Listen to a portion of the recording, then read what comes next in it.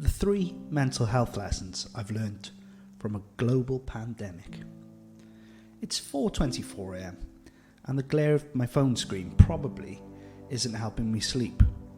The fan whirs and the morning light peers through the curtains. I am wide awake.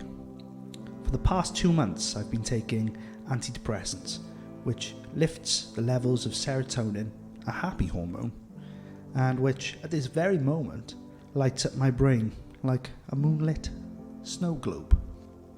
It's no secret that I am a worry warrior, and I'm guessing you are too. The intensity of irrational fears can brew from an unexpected helicopter, thunder, or reading too much about Donald Trump or Iran. I'm completely aware that my fears are irrational, but my body reacts in a hypersensitive way to a given trigger.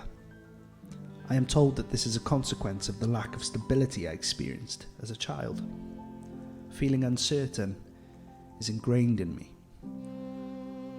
My coping mechanism is to want to control the situation, so I find myself checking coronavirus statistics 4 times a day, and BBC News even more so, feeding the anticipation nerves.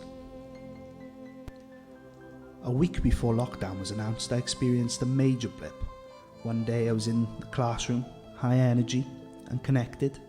The next morning, I did not raise from bed for about 3 weeks. My brain had snapped. I shut myself off from the rest of the world like a hermit.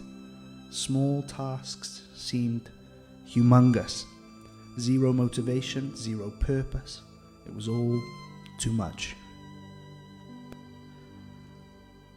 I am not alone in this thought. This pandemic has terrorized the mental health of the planet through wild hysteria and uncertainty. For me, coupled with a pending job change and moving out of my apartment, which I'd been in for 3 years, I most certainly fell off a cliff. It was as if my mind and my body had decided that it was time to stop, to take stock and to recharge my batteries. Good night, Mr. G. But I believe that the way to a sound mind is through the environments that we create, both digitally and physically. If you're not conscious of this, it can gnaw away at your mental health. 8 weeks in, I am stronger than ever. Here's why. Number 1, be here now. Without sounding like a yogi, I am beginning to appreciate the need for living in the present moment, not to stop thoughts, but to recognize and become impartial to them. We either live in the future or the past and rarely notice the only moment that matters, now. If you're anything like me, the constant flow of thoughts can be overwhelming. Lockdown has forced me to slow down. After a few weeks, my erratic thoughts settled and I became more aware of the now. 10 minutes of the Headspace app at 9 p.m. sorts me right out. Lesson 1. Pay meticulous attention to this very moment.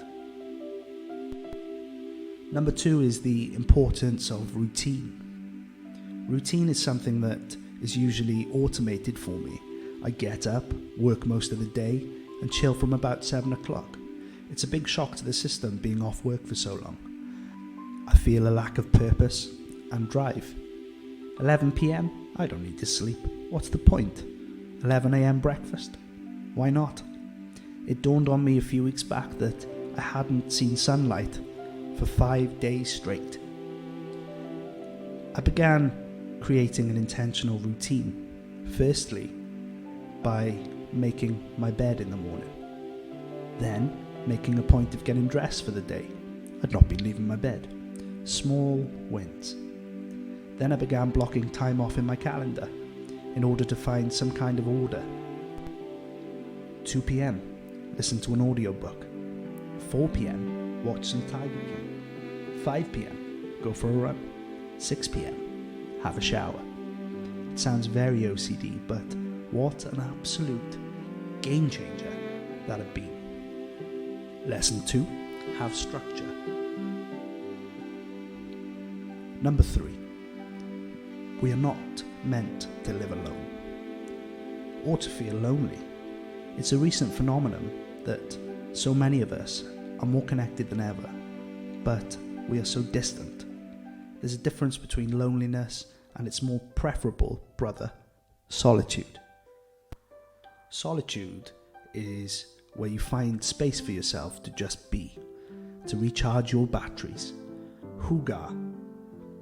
I most definitely achieved this with Nutella toast, Netflix and copious amounts of coffee. On the other hand, I think it's really important to adapt the way that we connect to our tribe, no matter how spread out we might be. I think the key to a deeper relationship is to be more present with the people around you, to really hear what they're saying, to be compassionate. I make an effort now and again to pick up the phone and to ring a friend without a real intention of what the conversation might hold.